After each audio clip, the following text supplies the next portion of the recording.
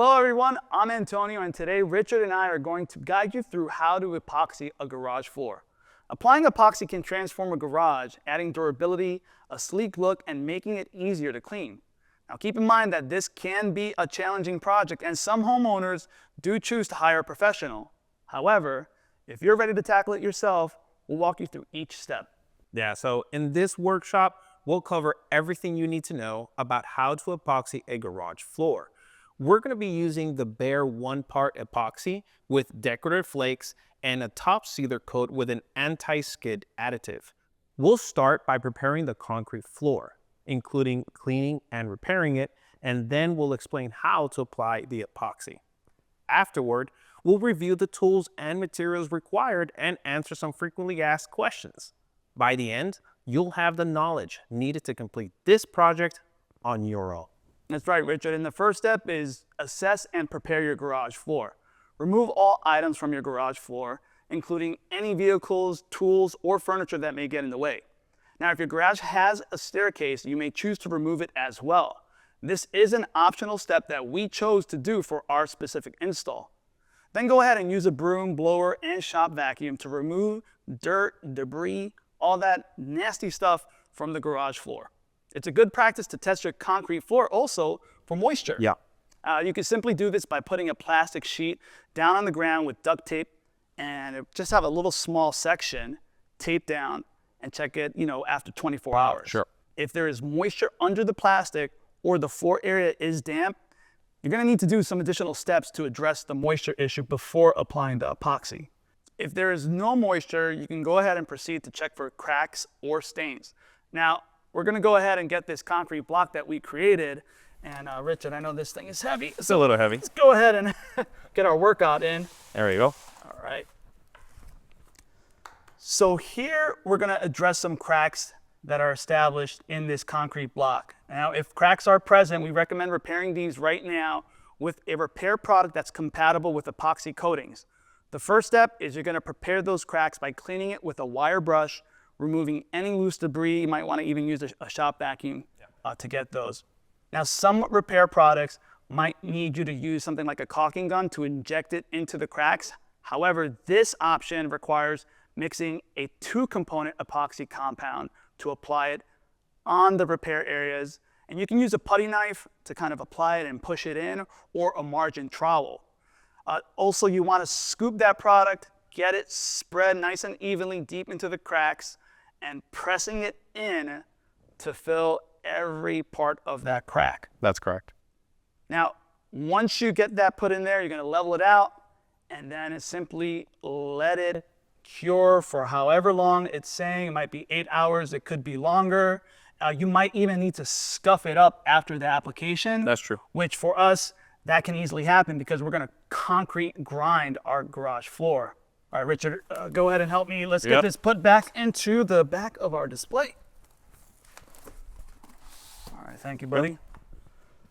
All right, so now usually these repair products, they might require some type of scuffing after application.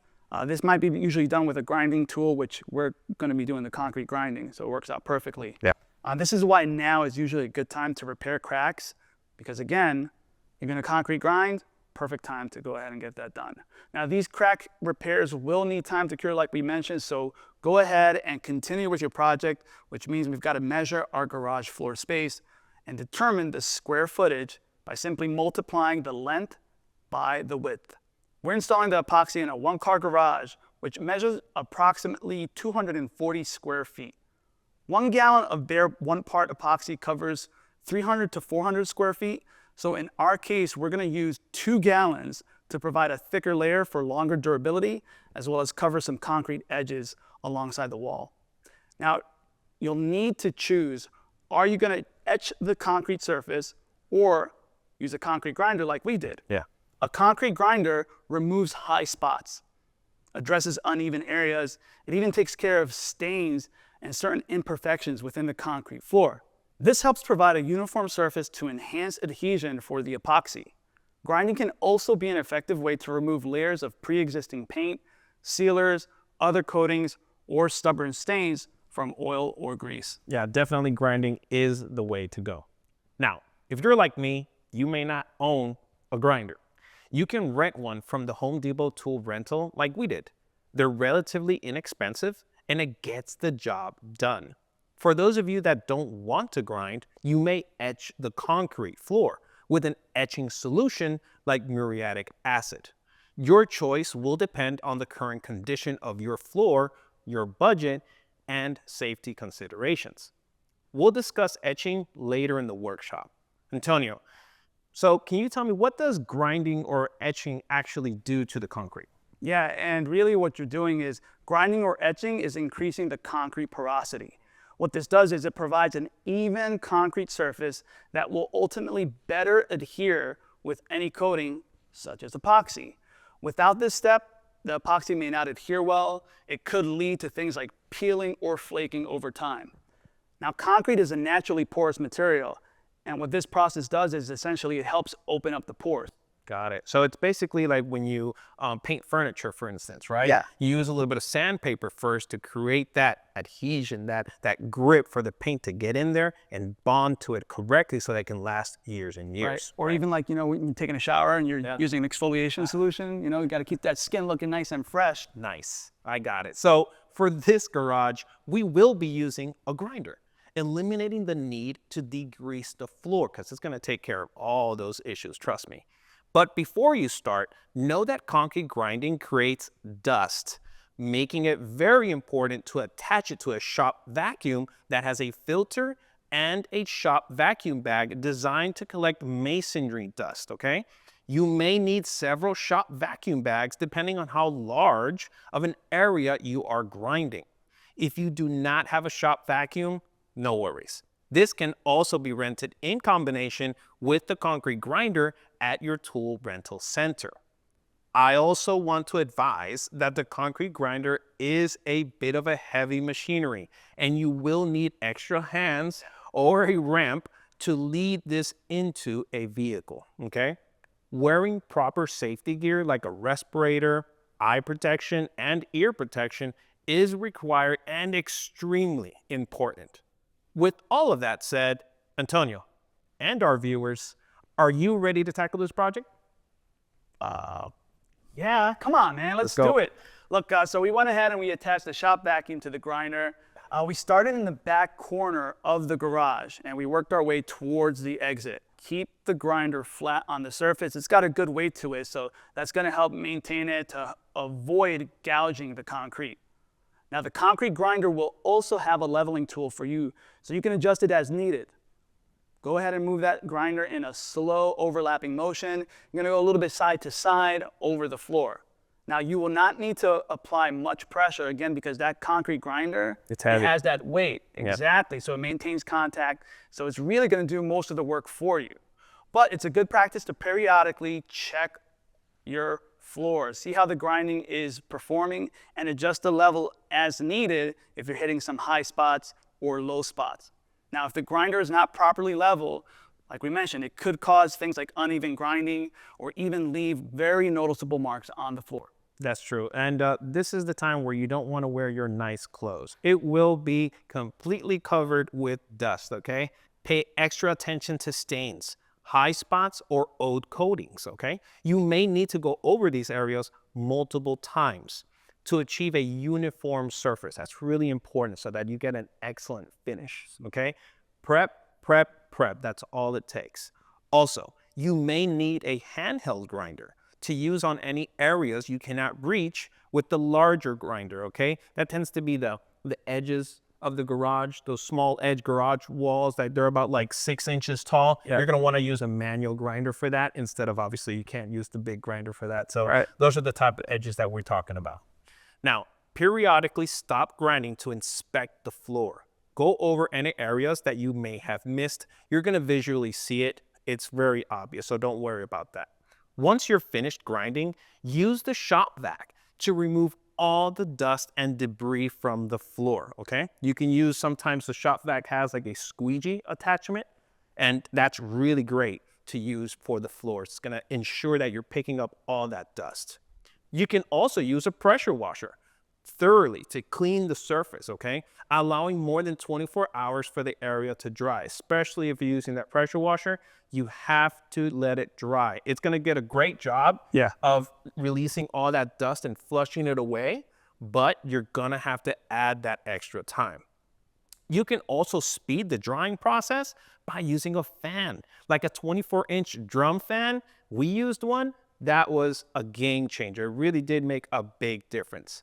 Now, if you choose to etch the surface instead of concrete grinding, you'll need to remove any previous coatings and clean all oil and grease stains before etching. If you don't, then the epoxy will not adhere to your concrete. That's right. It's the enemy. Stains, grease, debris, all that stuff. Everything is going to affect the final result.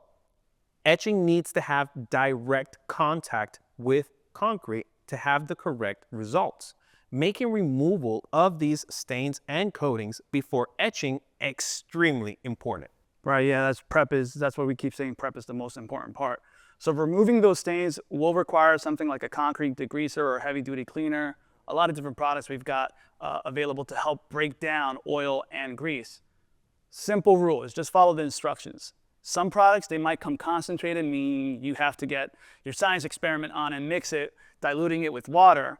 But in any case, you're gonna apply that degreaser directly onto those specific areas. Try to do it one at a time to focus on letting it sit there, at least 5 to 10 minutes to really penetrate. But again, follow whatever the manufacturer recommends to give it that time to break down those stains fully.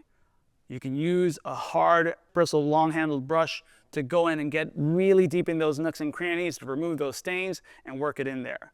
After you're cleaning it, you're going to want to rinse off that area using a simple garden hose or even a pressure washer like Richard mentioned to get any last remains of that degreaser as well as remaining dirt. But overall, you're going to ensure to remove all traces of that cleaner, all that debris, because again, that is the enemy of adhesion. And then leave enough time for things to dry out properly. Yeah, definitely, Antonio. And if you choose to etch your floor instead of grinding, there are several products available for etching concrete, right? First of all, you got muriatic acid. It's a more common choice and it has a very low cost, but does require additional care and instructions to safely use. Alternative etching products will cost more and can be easier to use. Overall, acid etching is a cost-effective method that can be easier in some ways when preparing a concrete garage floor, especially if the surface is relatively clean and free of existing coatings. Be sure to wear safety gear, okay, very important, and follow the product instructions while you are using it. Yep, always wear protective gear. That's including resistant gloves, safety goggles, long sleeve pants, a respirator mask to protect against any fumes, because again, it's all important. We got to protect yourself, correct, as well as your home. Now, here are some important instructions to highlight when you're dealing with muriatic acid. First, you'll need to dilute the muriatic acid by adding the acid to water in a plastic watering can. Never add water to acid, as that will cause a strong chemical reaction. Following the instructions, you're going to mix the correct ratio of acid to water and then simply stir the solution gently with a plastic or wooden tool. Do not use metal, as acid can react with many types of metal. Then wet the concrete floor with the hose before applying the acid to the concrete, as that concrete should be damp, but again, not have standing water. Correct, yeah. And in most cases, remember, water will be that neutralizing factor. It helps. For acid, okay? Yep. Now next, pour the acid solution onto the concrete using a plastic watering can or a plastic sprayer. Scrub the acid into the concrete with a long-handled acid-resistant brush. This is really important. Most people just use any type of brush. Yeah, it's got to be acid-resistant. After a couple of minutes, their brush is no brush no more. Where did it go? It went away. So make sure that it is acid-resistant, okay? The bristles, okay? You'll see bubbling or fizzing, which indicates the acid is reacting with the concrete to etch it. Allow the acid to sit on the concrete for about 5 to 10 minutes. You may need to do this several times, as the goal of this is to make the concrete feel more like a sandpaper, more like 150 grit sandpaper. That's what you're looking for as the results when you're using muriatic acid. So giving that rough texture. So that it bonds. That's right. Yep. And now as we're continuing, because after the acid has etched that surface, you can neutralize it. One way to do so is using baking soda. Yeah. Very common item found in most households. And you can sprinkle that over the entire area where you've put that etching solution. You can also mix baking soda with water, like you had mentioned, a little bit of water that helps kind of calm things down, and pour it over that treated area. This neutralization step, what it does is it stops the acid reaction, ensuring it's safe to rinse away. Use a garden hose to simply rinse away that water thoroughly, and the acid and neutralized residue is going to be gone. Now make sure to rinse multiple times. You just want to make sure that you get all of that acid remnants gone from the floor. And for additional cleaning power, we can go ahead and use that shop vacuum again to get all of those nicks and crannies. It gets in deeper to those cracks, removing that moisture, that water. Yeah, definitely. And remember, the more water you're adding to the muriatic acid, you are neutralizing it more and more. A result of not doing this would be, for instance, normally after your garage, what do you have? Obviously, you have your driveway, and sometimes on the side you have grass. Yeah. If you do not neutralize enough the muriatic acid, you might damage your existing driveway, or you might damage your grass that you've probably been all summer working That beautiful lawn, right, that you're getting ready. Right? So just important tips I want you to remember: water, water, water neutralizes it, and you're ready to flush it away. Let the concrete dry for at least 24 hours. This is extremely important. You must have this concrete completely dried. This ensures any coating applied afterward will adhere properly. Always work in a well-ventilated area, okay? As muriatic acid can produce harmful fumes. After preparing the surface, it's essential to properly dispose of any cleaning and etching materials. Check with your local regulations to confirm and determine proper disposal methods. Yeah, it never hurts to partner with your local community just to kind of be aware. Sometimes there's a little anomalies or things change simply as well. That's right. Now, preparation also includes protection. So we went ahead and actually taped using painter's tape, but you can also use masking tape to protect any areas you don't want contact with that, whatever coating you're using. So for us, it was the surrounding baseboards that we applied the tape. Now, when you are doing this, ideally work in kind of small strips or small sections at a time, and make sure that you press down that tape thoroughly to make good contact. I personally like to use a painter's multi-tool. Makes sense. To help press down some of those little hard to reach areas and get a good contact with the surface. Now, once we've protected that and the floor is prepped, it's fully dry, guess what? We're finally now ready to put epoxy on our concrete floor.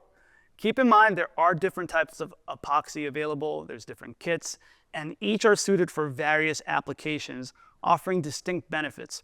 When selecting an epoxy product or kit, go ahead and think of what are the important differences and choose the best one to meet your needs. We use that one part epoxy system, which is a single component epoxy paint that typically comes pre-mixed and is ready to use. It's like traditional paint, but it just has some added epoxy resins, which gives it that increased durability. Now, this product makes this type of project much easier to tackle on your own. Another type is the two-part epoxy, and that consists of a resin and a hardener. Sometimes it's also known as a catalyst, so you'll see different terminologies. But this simply must be mixed before application, and you gotta have the right ratios. Once you mix it, it's got a short working time, so you've gotta work fast, because if not, you're gonna get the frustrations and some of the failures that a lot of people talk about when they're doing this more challenging product or project. Now, this is a stronger, more durable product. But again, the point is it's more difficult to take this project on your own. Yeah, definitely. And I want to mention two little things before we move on.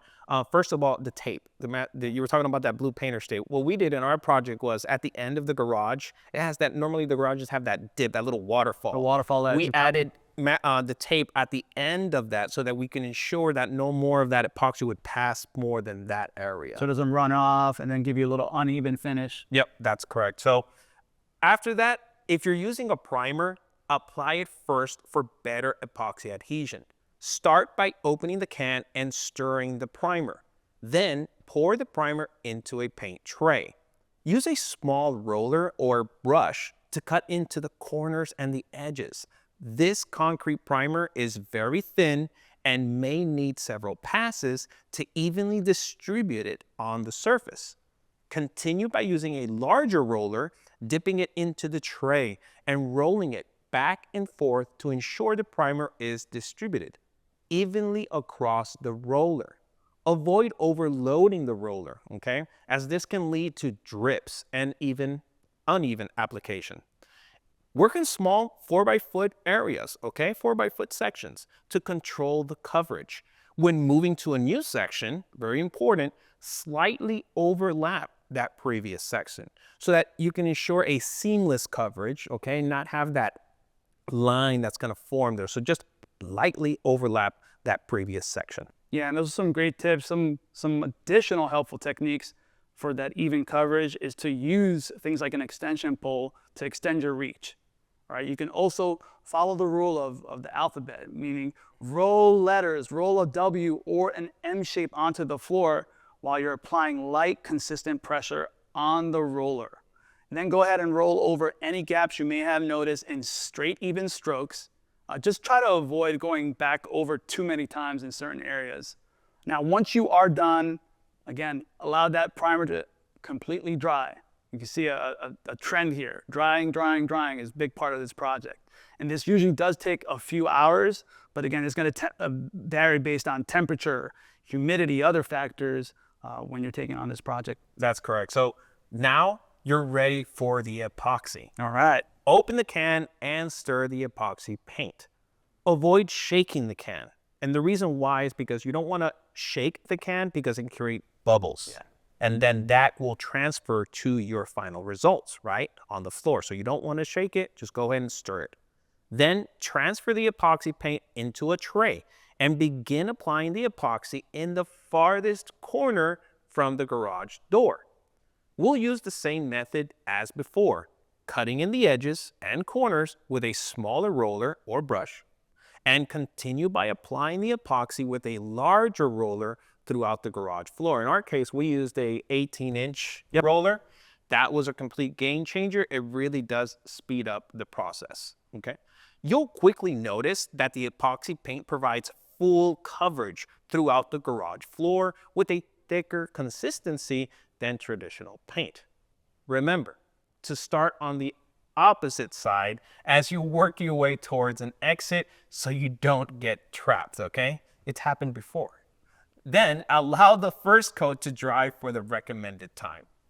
Did I trap you on a project sometime? Let's not talk about that, but carry on. All right, folks, you could also use that drum fan that Richard talked about earlier to help speed up the drying process.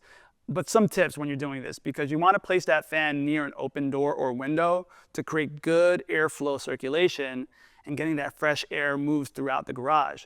Just position that fan so it's not directly blowing onto the epoxy. Instead, kind of angle it, maybe a little bit up across the room to help improve that ventilation without disturbing that surface. Now, avoid using the fan on the highest speed setting, again, because this can cause too much airflow, and it may impact that final result as things are drying. Uneven curing, that's one of the things that can happen in terms of failure, and we don't want to create an uneven surface. That's right. So after your first coat, go ahead and apply a second coat, right, after the drying time. The first coat is fully dry. This coat will enhance the color and improve the floor's resistance to wear. If you want to add decorative flakes, this is the time. You can do it while applying the second coat. This is the fun part. It was kind of fun. It was kind of fun for us to do this, right? So you're going to want to work in small sections so you can apply the flakes while the epoxy is still wet. That is the key. Don't let that epoxy start to really tack up because then it's not going to adhere. So while it's still wet, go ahead and throw the flakes. You're going to grab and release a heavy handful of flakes if you want a denser look, okay? Which in our case, that's what we did. And if you prefer a more subtle effect, just grab and release a pinch of flakes. So handful versus that pinch. That is correct. Dense, small. That's right. So hold the flakes at waist height and toss them up in the air to produce a more even spread. Okay, that's really important for that really nice effect. Continue tossing the flakes lightly into the air above the wet epoxy sections. Avoid throwing them down, okay, directly downward, as this can cause clumping and you're gonna see like straight lines. So it's very important up in the air and just let it disperse itself onto the floor. It's gonna give it a more even coverage. When starting a new section, just like before, slightly overlap the previous one, okay? So that we can have that seamless look without it with a continuous flake coverage instead of having a straight line. Everyone's gonna see, oh, that's where he stopped and that's where he continued. So you're gonna wanna do it overlap a little bit so that it looks even. Allow that second coat of epoxy to dry to fully dry, okay? Then apply a clear sealer for additional protection and durability. The sealer in some cases, depending on which sealer you choose, will give you another effect if it's either gloss or satin. In our case, we chose a satin look, right? Low luster, not as luster. bright or reflecting as much light. If you like the really gloss look, we have it available. If you like more satin look, that's the one we chose and probably the one that you're looking at currently on this workshop. We do recommend mixing an anti-skid additive into the sealer to enhance traction. This is especially if you're going to use that gloss look. The gloss tends to be a lot more slippery when wet. So definitely you're going to want to add that anti-skid. Little grit. Little grits, basically like sandpaper it's like sand that doesn't dissolve. Right. And it stays in the sealer and it just gets transferred onto the floor. You're going to be able to feel that texture on the floor. Yeah, I think that's really important, like in the Northeast area. Definitely. Harsh winters, a lot of snow tracking in. The last thing you want to do is take a fall right before the holidays or something. But at least you fell on your new floor. You're always looking at the glass half full type of guy. I love that. That's the positivity energy, you know. We have to be that way. Carrying on, now let's follow the instructions for the correct mixing ratio and method.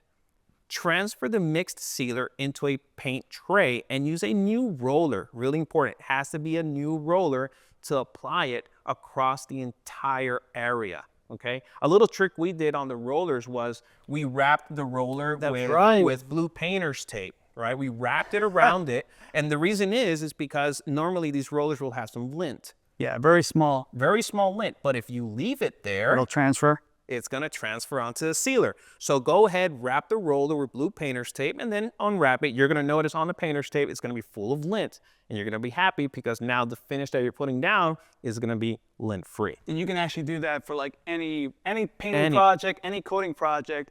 You're using roller covers, go ahead and tape it. And you're gonna see, you're gonna be like, wow, there's so much. There's so much, yep. That you didn't realize. Excellent. So allow the sealer to dry completely, which may take up to 24 hours depending on the product. You can also add additional coats of sealer for added protection. This specific sealer that we use, it allows up to 4 coats. This final step adds a protective layer with a safer, slip-resistant surface.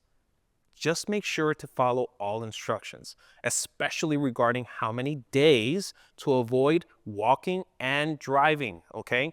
A vehicle on the epoxy coated garage floor, that is really important. A lot of our customers, they do this, they let it maybe 2 or 3 days and they start rolling in the cars, especially if it's a summer day. Yeah. That tire's hot and all of a sudden the epoxy fails and they're mad about the results. Oh yeah, you know, you get impatient because you already spent days doing this project. You're like, I just want to use my new garage, and then that impatience leads to things failing over time and frustration. So you really got to just breathe, enjoy, and just have a plan to give as much time of avoiding that surface. Great stuff there, Richard. Awesome, thank you. So now that we have covered all the steps, here are the tools you may need for this project.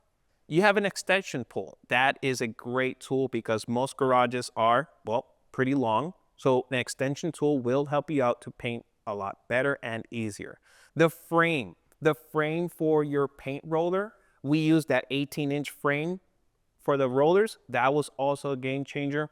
And paint tray liners. Oh yeah, you love that. I loved it because that avoided you having to be cleaning all the time the tray. You were done with one part, throw out the liner, put in the new one, you're ready to go, okay? Other than that, multi-tool, shop vac, obviously your concrete grinder, a hard bristle brush, ear protection, respirator, and gloves.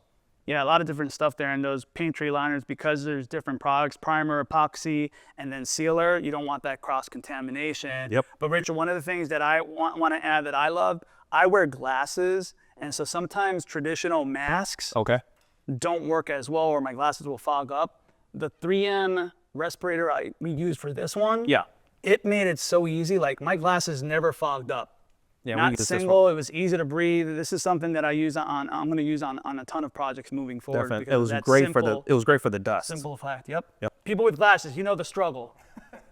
Now, here are some materials you'll also need for the project. And we talked about the epoxy kit. Again, this is a list of everything we use. So if you are etching, you might need that concrete cleaner, an etching solution. You'll need a crack filler if you have those cracks, painter's tape. A lot of different materials, and again, the goal is just to have everything you might need for this project to be safe and to take care of your specific situation, making it easy to clean. For a detailed list of all the tools and materials we use for this project, you can find it in the resource guide attached below. Now let's answer some common questions about how to epoxy a garage floor.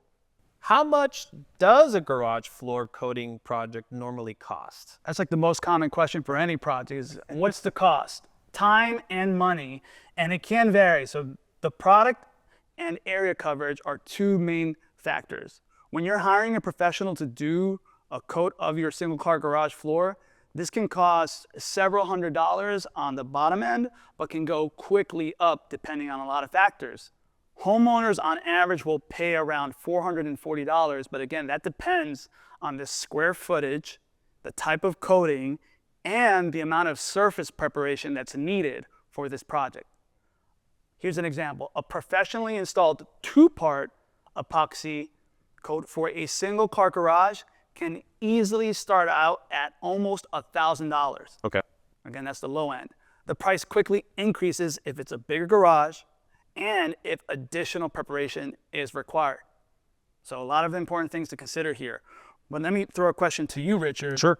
What about time? How long does it take to prepare this type of project? Definitely. Yeah, and we spoke about time just a little bit earlier, right? So yes, you do have to plan yourself out, but coating a garage floor is very tedious and it takes time, including preparation, curing, and multiple coats. It can take several days to complete the project, right? Rinsing the floor, add at least 1 day to dry.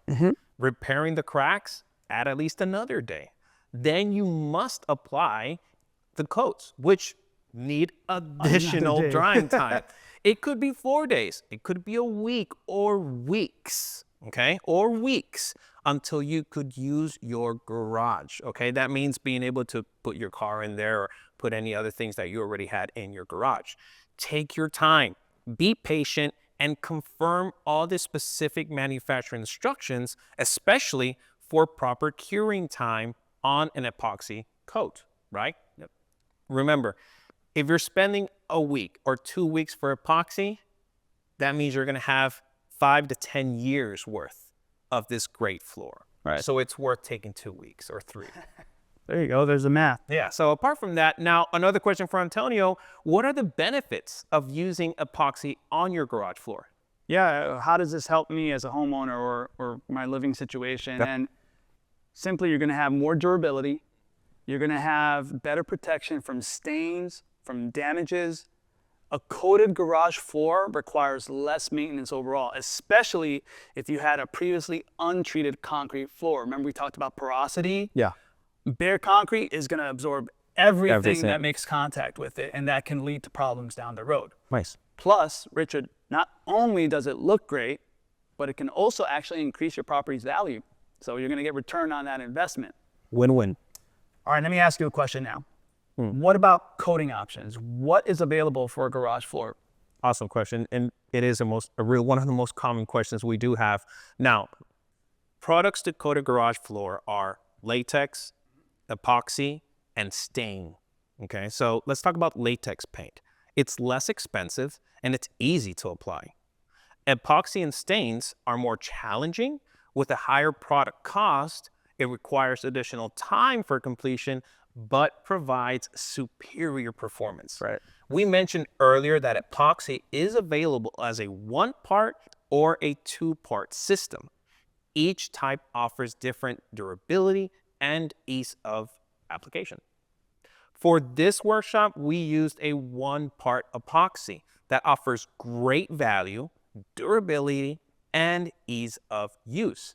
A two-part epoxy option provides even greater durability, but has a higher cost and is more challenging. It requires speed, precision, and attention to detail during surface preparation, mixing the two parts together, and evenly spreading the epoxy. If you ever see a two-part epoxy floor with bubbles, right, that's most likely due to poor surface preparation. Again, preparation is key in this project. Yep. Look, today we covered all the steps, a lot of steps for preparing, applying, and finishing an epoxy garage floor.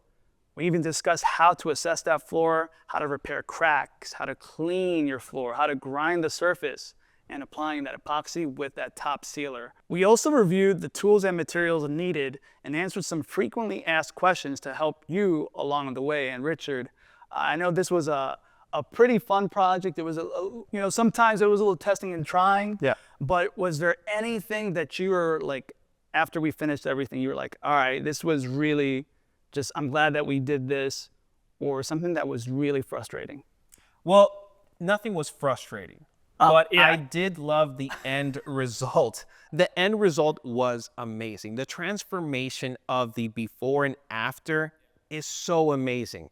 It makes this garage look so modern, okay? And it makes it look even larger in some ways. It does. It gives it a whole look and feel. And if you've been in a home for a long time, this is that type of project it can really kickstart and get your motivation. That's true. But I think it's important overall, like once you have that feeling and you're maintaining that momentum, think about what do you have to do to maintain it, to care for it, Yeah. so that you continue enjoying and appreciating it. That's right. Now, there's one more thing I want to do, which is probably the most important part. What's that?